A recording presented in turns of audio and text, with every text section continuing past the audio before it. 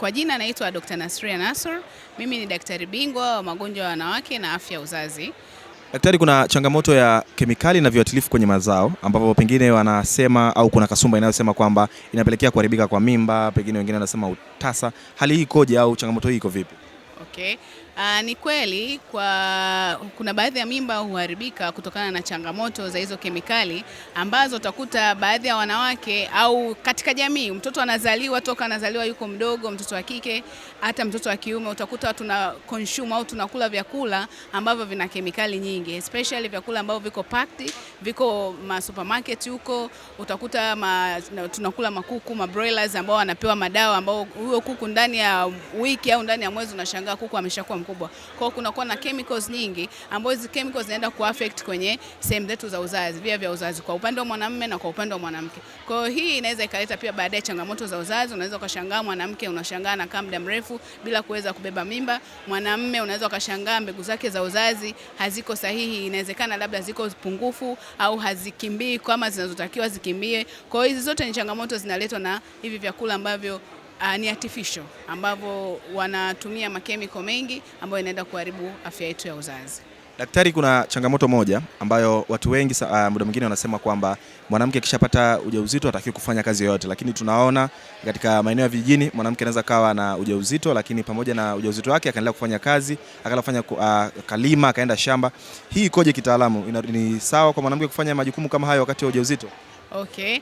Ni kweli mwanamke sio kwamba mjamzito eti asiweze kufanya kazi yoyote, inategemea kwa sababu tunasema obstetric condition, kuna magonjwa ambayo yanamfanya huyu mama asiweze kufanya kazi ngumu. Mfano, kuna maradhi ambayo yanakuwa kondo la mwanamke linatangulia kwenye shingo ya kizazi. Sasa mwanamke tukimwona kama kondo lake limetangulia kwenye shingo ya kizazi, basi huyu hatakiwi kufanya kazi ngumu. Na utakuta huko vijijini wanawake wengine hawaendi hospitali kwa mapema kwenda kuanza kliniki. Kwa hiyo nakuta hiyo kujua kwamba ana tatizo hili hajui. Kwa hiyo unaweza ukashangaa anafanya kazi ngumu afu anaishia kupata complication, mimba kutoka na kuanza kubleed. Lakini sio kwamba tena mwanamke mjamzito uanze tena kufanya kazi nzito sana. Hii pia sio nzuri kiafya kwa mwanamke kwa sababu utakuta mfumo wa mwanamke sasa, hiyo hali yake ya mfumo wake wa mwili unakuwa umebadilika. Kipindi cha kuwa mtu akiwa bila mjauzito na ujauzito kuna utofauti sana. Kwa hiyo mwanamke kuna baadhi ya activities hatakiwi kufanya, kubeba maji mazito, kufanya vitu vizito sana, kutwanga kwa muda mrefu. Kwa hiyo utakuta wengi wanaokaa vijijini wanaenda kuchota maji labda masafa marefu. Kwa hiyo unaweza ukakuta wanapatia complication hizo za kuweza kuharibika kwa mimba. Daktari, kuna wanawake wa aina mbili au kuna hali mbili ambazo zinatokea. Wakati wa kujifungua kuna mwanamke ambaye anaweza akajifungua leo lakini baada ya muda ukamwona anafanya majukumu yake au ana uwezo wa kutembea na kuwa kawaida. Lakini kuna wengine ambao wanaonekana kama amevimba, mwili umejaa. Hii kitaalamu inasababishwa na nini? Au hali hizi mbili sababu yake ni nini? Okay. Mwanamke kuvimba, kuna kule kuvimba kwa kawaida tunaita edema. Kuna ile edema wakati wa ujauzito inatokea, tunasema physiological edema ya ujauzito. Kwa sababu kama tulivyosema, mtu ukiwa mjamzito function, yani mwili, system ya mwili kuna vitu vinabadilika. Inakuwa sio kama mwanamke wa kawaida, lazima kuna vitu vinakuwa vinabadilika kwenye mwili. Kwa hiyo hapo kuna kuwa na fluid inakuwa inatoka inaenda kwenye interstitial spaces mara nyingi na kupata hiyo kitu inaitwa edema. Kwa hiyo kuna ile function ambayo ya kawaida ukimwona mjamzito mwingine anakuwa na vimba ni kawaida, lakini kuna kuvimba kwa kupitiliza kwa sababu sisi tunaona unapokuja kliniki utaona kilo zake zinaongezeka kwa kiwango gani. Pia kuna vitu kama tunacheki protein, tunaona protein pia inaonyesha kwamba huyu mtu anaweza akawa anaenda kwenye kuvimba na kupata, kuna changamoto inaitwa preeclampsia au eclampsia, ile kwenda kwenye dalili za kifafa cha mimba.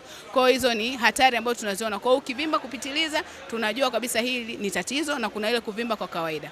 Na swala jingine ambalo losema kwamba kuna mwingine akitoka kujifungua anaweza kufanya activities na mwingine anashindwa kufanya activities. Inategemea, kuna ile kujifungua kwa kawaida na kuna mwingine anajifungua kwa operation. Kujifungua kawaida inategemea kwa sababu kuna mwingine akianza uchungu hatumii muda mrefu anaenda anajifungua, lakini kuna mwingine anakaa muda mrefu. Kwa inategemea mwili wa mtu na mwili wa mtu, basi ni adaptation ya mwili wa mtu. Mwingine ni rahisi akijifungua fast anaenda kufanya activities zake, na mwingine kutokana na mwili wake basi anakuwa anapata kwenye maumivu na anashindwa kujivumilia. Na especially hao walokuja kufanya operation, mara nyingi ni kisu amechanwa, lazima atapata maumivu, post pain baada ya operation. Kwa hiyo hali inatokea. Kutokana na maendeleo ya teknolojia kwa sasa, ile kasumba ya mwanamke asile mayai kipindi cha ujauzito pengine imekaribia kufutika katika jamii yetu ya Tanzania. Lakini swali ni je, ni tahadhari zipi ambazo zinapaswa kuchukuliwa sasa kwa mwanamke wakati wa ujauzito ili kuhakikisha anapata wakati wa kujifungua anakuwa salama yeye pamoja na afya ya mtoto? Okay. Walokuwa wakisema tusile mayai au wajawazito wasile mayai haina ukweli, kwa sababu mayai yana protein. Haina shida yote kwa mtoto na inahitajika pia kwa huyu mama mjamzito. Kwa hiyo hapo hakuna shida yoyote. Na tahadhari gani za kuchukua kwa mwanamke? Mwanamke akijigundua immediately ni mjamzito, kwa sababu kuna complication nyingi za ujauzito. Tunashauri awai mapema hospitali ili aanze antenatal clinic, aanze kliniki mapema ili tuanze kugundua dalili zozote za hatari ambazo zinaweza kutokea na kufanyiwa matibabu kwa haraka ili kumwepusha mwanamke asije kupata complication ambazo zinasababishwa na uzazi. Daktari, hakuna takwimu sahihi za kusema kwamba kuna wanawake kiasi gani au mabinti ambao pengine wanatoa ujauzito au wengine pia hawafanikiwi kupata watoto. Ni athari kiasi gani inasababishwa na kutoa ujauzito ambayo inapelekea mtu mbeleni kukosa watoto au kuwa mgumba? Okay. Mara nyingi kuna sababu za kutoa ujauzito.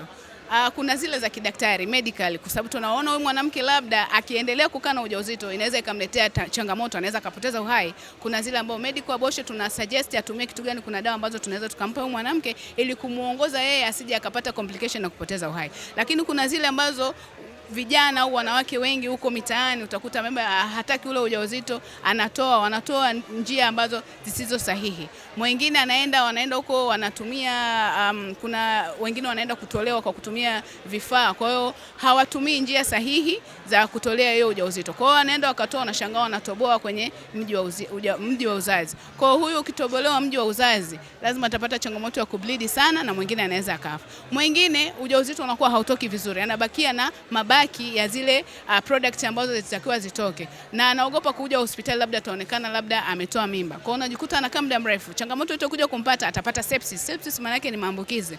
Zile mabaki ambayo yanabaki baadaye anapata maambukizi ya bakteria. Yakipata maambukizi ya bakteria ataanza kupata homa, ataanza kupata discharge. Huyu mwanamke anaweza akapoteza uhai. Ataanza kupata system ya mwili yote inaweza kufail na baadaye akapoteza uhai. Kwa hiyo mimi nashauri kama kuna wanawake wana changamoto zozote, mimi nashauri jamani, tuendelee kukipu ujauzito unless kama kuna changamoto ambayo tunaona kabisa huyu mtoto anaweza au huyu mwanamke anaweza akapoteza uhai. Lakini kama uko vizuri, kama hauna changamoto yoyote ya kiafya, basi hata uje hospitali upate hata ushauri wa daktari, tuone tunafanyaje. Sometimes pia hawa watoto ambao wanapata ujauzito wanakosa pia ile ukaribu na watu, wanajikuta wanaenda kufanya vitu, sababu tunajua ukijamiana na mtu unaweza ukapata mimba. Kwa hiyo wanafanya bila kujua, wanajikuta wanapata ujauzito. Kwa hiyo hana mtu wa kuongea naye, kwa hiyo anaona njia sahihi ni kwenda kutoa ujauzito ambao baadaye wanaishia kupata complication na baadaye kupoteza hata uhai. Pengine kwa asilimia inaweza ikawa ni ngumu, lakini kwa kiwango gani kutoa mimba au kutoa ujauzito kunaweza kukapelekea mwanamke kukosa uwezo wa kupata watoto mbeleni? Okay, kutoa mimba actually sio kwamba wote ambao wanaotoa mimba kuna sababu kutokana na complication ambazo utazopitia, basi inaweza ikaleta athari ya kutobeba ujauzito. Na pia ile kutoa mimba kwa mara, mfano umepata mimba, umeanza kusafishwa, tunasema umefanya curettage, umeenda kusafishwa mara ya kwanza, ukapata tena nyingine ukaenda kusafishwa, ina maana tunapunguza ile width ya fuko la uzazi, kwa hiyo inazidi kupungua. Kwa hiyo unaweza ukashangaa baadaye hata reception, yani mtoto akikaa pale hawezi implantation kutokea, inakuwa sio yani haikai vizuri. Kwa hiyo unaweza kushangaa mimba zinatoka, huyu mama hata akibeba mimba unashangaa zinatoka. Hospitali ya Taifa ya Muhimbili kwa sasa imeendelea na teknolojia imekuwa sana. Hali ikoje kwenye upande wa upandikizaji wa mimba mpaka sasa? Okay, hali ni nzuri, watu wanajitokeza na tunashukuru. Sasa hivi watu wanaanza kutoa elimu, tunafanya matangazo ya kutosha kuhusiana na swala la watu kwenda kujitokeza kwa ajili ya kufanya IVF. Kuna watu wanakata tamaa huko kwa ajili ya kutopata mimba, lakini kuna njia mbadala ambao unaweza ukabeba ujauzito. Kwa hiyo jamani, wote wenye changamoto tunawakaribisha sana Hospitali ya Taifa Muhimbili, mje. Kuna madaktari ambao wabobezi wako katika hizo sekta kuhusu masuala ya IVF. Kwa hiyo kama una changamoto utakuja, tutafanya vipimo mbalimbali, tutakuangalia na vitu vyote vinawezekana, basi unaweza ukajikuta unapata mtoto wako. Kila kitu kinawezekana. Madaktari wapo kwa ajili ya kusaidia watu wenye changamoto.